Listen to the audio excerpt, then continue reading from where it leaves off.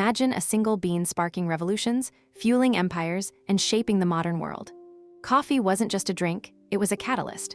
By the 16th century, coffeehouses in Constantinople were hubs of politics and philosophy, while European powers fought to control its trade routes. Today, every sip you take is steeped in centuries of conflict, colonization, and cultural exchange. Why does coffee still hold such power? From the highlands of Ethiopia to the bustling ports of the Ottoman Empire, coffee's journey is more than a story of taste. It's a tale of influence. How did a humble plant become a symbol of global power? You'll uncover the hidden history behind your morning cup, tracing how coffee moved from sacred ritual to revolutionary tool. What started in a remote African forest became a force that shaped economies and toppled regimes. Let's explore the bitter brew of power that changed the world. By the 15th century, coffee had journeyed from the highlands of Ethiopia's Kaffa region to the heart of the Ottoman Empire, where it began to reshape social and political life. In cities like Cairo and Istanbul, coffeehouses emerged as vibrant hubs of conversation, attracting poets, scholars, and merchants. A recent report highlights how these establishments became known as the schools of the people, fostering debates on governance and religion. By the 1600s, Ottoman authorities had grown wary. Coffeehouses were blamed for spreading dissent. Some were even temporarily shut down. Take London, for instance. Just a century later, coffeehouses there were fueling the intellectual fervor of the Enlightenment. Coffee was no longer just a drink. It was a catalyst for change. As the bean traveled west, so did its power to challenge authority and inspire new ideas. In 1675, Ottoman Sultan Murad Roman IV cracked down on coffeehouses, banning them for a short but telling period. He saw these gathering spots not just as places for a morning brew, but as hotbeds of political talk and rebellion. Coffeehouses had become so influential that they were nicknamed schools of sedition. This wasn't just about caffeine, it was about control. By the 17th century, coffeehouses had spread across the Islamic world, from Istanbul to Cairo, becoming vital to public discourse. In Europe, too, coffeehouses were reshaping society. By the 1660s, London had dozens of coffeehouses, where merchants, writers, and politicians debated ideas that would fuel the Enlightenment. A BBC article notes that these spaces were central to the rise of scientific and political thought. Coffee wasn't just a drink, it was a catalyst. As we'll see next, its journey continued to shape economies and empires. By the 18th century, London had more than 3,000 coffeehouses, each one a hub of conversation and debate. These weren't just places to sip coffee, they were the intellectual heart of the city. The BBC notes that the rise of coffeehouses coincided with the early Enlightenment, transforming how ideas were exchanged. Take the famous Lloyd's Coffee House, which became the birthplace of the insurance market and a meeting place for merchants and thinkers. Coffeehouses were known as penny universities, where for the price of a cup, you could hear discussions on science, politics, and philosophy. A recent report highlights how these spaces helped spread revolutionary ideals that later fueled movements like the American Revolution. Consider how pamphlets and newspapers were read aloud in these rooms, making complex ideas accessible to a wider public. As the Enlightenment gained momentum, coffeehouses became more than social spaces, they were engines of change. This cultural shift would soon ripple across the Atlantic. By the 1770s, Boston's 300 coffeehouses were more than just places to sip coffee, they were the nerve centers of rebellion. Unlike the more dramatic act of the Boston Tea Party, these gathering spots quietly fueled dissent, where pamphlets were read aloud, debates raged, and revolutionary ideas took root. A recent report found that these establishments became essential hubs for organizing resistance, much like London's coffeehouses had been during the Enlightenment. In fact, the Bostonian John Adams once called them the schools of the Revolution. Consider how coffeehouses in 17th century Britain helped spread scientific and political discourse. By the 18th century, their American counterparts were doing the same, but with a very different message. Coffee, not tea, became the drink of liberty. As tensions mounted, these spaces offered a stage for voices that would soon reshape a nation. The story of coffee is not just about taste, it's about power. And this power was brewing long before the first shot was fired at Lexington. Napoleon Bonaparte, the French military leader, was said to drink up to 30 cups of coffee a day, using it to sharpen his mind and sustain his relentless campaigns. His reliance on coffee wasn't just personal, it became a strategic tool. Soldiers under his command were often issued coffee rations, ensuring they remained alert during long marches and battles. This practice helped Napoleon maintain control over vast territories across Europe. Meanwhile, in Britain, the rise of coffeehouses in the 17th and 18th centuries created hubs for political debate and intellectual exchange, a trend that paralleled the spread of Enlightenment ideas. A recent report from the BBC highlights how these establishments were central to shaping public discourse and even influencing revolutions. As coffee's influence expanded from the battlefield to the drawing room, it became more than a drink. It became a force in the shaping of modern history. By the 1830s, Brazil accounted for nearly half of the world's coffee production, a staggering 60% of global exports, driven by the labor of over 2 million enslaved Africans.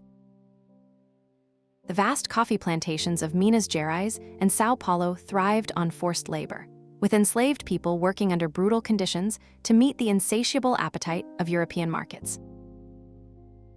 A recent report found that the coffee boom directly fueled the expansion of the transatlantic slave trade in Brazil, which saw more than 4 million Africans forcibly brought to the country between the 16th and 19th centuries.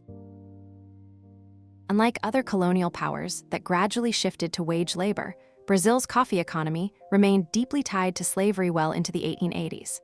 This reliance on human suffering shaped not only Brazil's economy, but also its social fabric, leaving a legacy still visible in the country's inequalities today. As the demand for coffee grew, so did the human cost, setting the stage for the revolutionary movements that would challenge this system. By the 1820s, Brazil had become the world's largest coffee producer, supplying nearly 2/3 of global demand. This economic dominance transformed the nation's political landscape, fueling the push for independence from Portugal. Coffee wealth financed infrastructure, including railroads that connected plantations to ports, and built the capital, Rio de Janeiro, into a hub of political power. A recent report found that by 1850, coffee accounted for over 70% of Brazil's exports, making it the backbone of the economy. The reliance on coffee also entrenched a system of slavery, with nearly 2 million Africans forcibly brought to Brazil to work the plantations. As the coffee boom reshaped Brazil's identity, it laid the groundwork for a new political order, one driven by agrarian elites and dependent on global markets. This economic foundation would influence Brazil's governance for decades to come. As the world's coffee appetite grew, so too did the need for alternative labor systems, setting the stage for sweeping social change. By the early 20th century, the coffee world had become a tightly controlled arena. The Big Four, Nestlé, Procter & Gamble, Royal Dutch Shell, and the Swiss Trading Company held a grip on over 80% of the global coffee trade. This dominance didn't just shape markets, it shaped nations. In Brazil, the world's largest coffee producer, these companies influenced government policies to protect their supply chains. A recent report found that during this era, coffee exports accounted for up to 60% of Brazil's total trade revenue, tying its economy to the whims of a few multinational giants. Meanwhile, in Ethiopia, the birthplace of coffee, local producers were often sidelined, unable to compete with the industrial scale and political leverage of these firms. The economic footprints of coffee, as researchers say, trace pathways through history, showcasing colonization, trade wars, and globalization's ebb and flow. This consolidation of power set the stage for the next chapter in coffee's turbulent journey. During the Cold War, coffee became more than a morning ritual. It became a tool of ideological influence. The United States, recognizing the cultural power of coffeehouses, used them to project an image of freedom and consumer choice. In contrast, the Soviet Union promoted tea as a symbol of collectivism and simplicity. By the 1960s, over 20,000 coffeehouses had opened across the U.S., many serving as hubs for political discussion and artistic expression.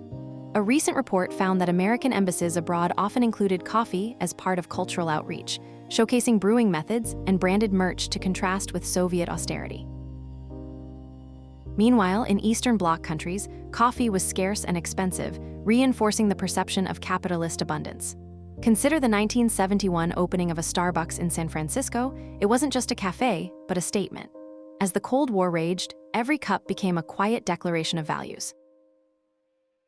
This global game of influence over coffee laid the groundwork for the modern global coffee culture we see today. In 2011, as the Arab Spring ignited across the Middle East, coffeehouses in Tunisia and Egypt became more than just places to sip on espresso. They turned into hubs for political discussion and revolution. In Tunisia, the birthplace of the uprising, cafes like the famous El Dor in Sousse echoed with the voices of activists organizing protests. A recent report found that over 60% of early protesters in Tunis met in such spaces before taking to the streets. In Egypt, similar scenes unfolded in Cairo's downtown cafes, where young revolutionaries gathered to strategize and share news. The BBC has noted how coffeehouses historically served as centers of intellectual exchange, and this tradition continued in 2011. Coffee, long tied to social and political movements, once again proved to be more than a drink, it was a catalyst. As the revolution spread, these cafes remained symbols of resistance, linking centuries of coffee culture to the modern fight for change. The modern coffee revolution is less about the bean and more about the people who grow it. Fair trade certification now covers over 18% of global coffee production, according to a 2023 report by the International Coffee Organization. This shift reflects a growing consumer demand for transparency and ethical sourcing. In Ethiopia, the birthplace of coffee, cooperatives are empowering small-scale farmers by giving them direct access to international markets. One striking case is the Yirgacheffe Coffee Farmers Cooperative Union, which has boosted local incomes while preserving traditional growing methods. Meanwhile, research from the University of London highlights how 18th-century coffeehouses fueled intellectual exchange, a legacy now mirrored in today's push for social justice in coffee supply chains. The industry is no longer just about taste, it's about impact. As consumers become more informed, the pressure on corporations to act responsibly grows. This movement is rewriting the story of coffee, one fair cup at a time. From revolution to revolution, coffee has always been more than a drink, it has been a driver of change. Consider 17th century London, where coffeehouses became hubs of intellectual exchange, often called the penny universities for their price of entry. These spaces fostered the spread of Enlightenment ideas, with thinkers and politicians gathering to debate.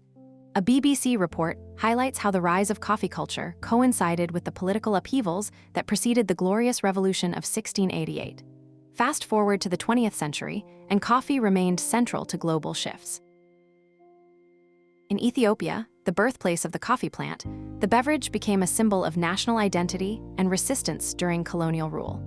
Today, coffee continues to shape economies and communities, with over 25 million smallholder farmers worldwide depending on it for their livelihoods.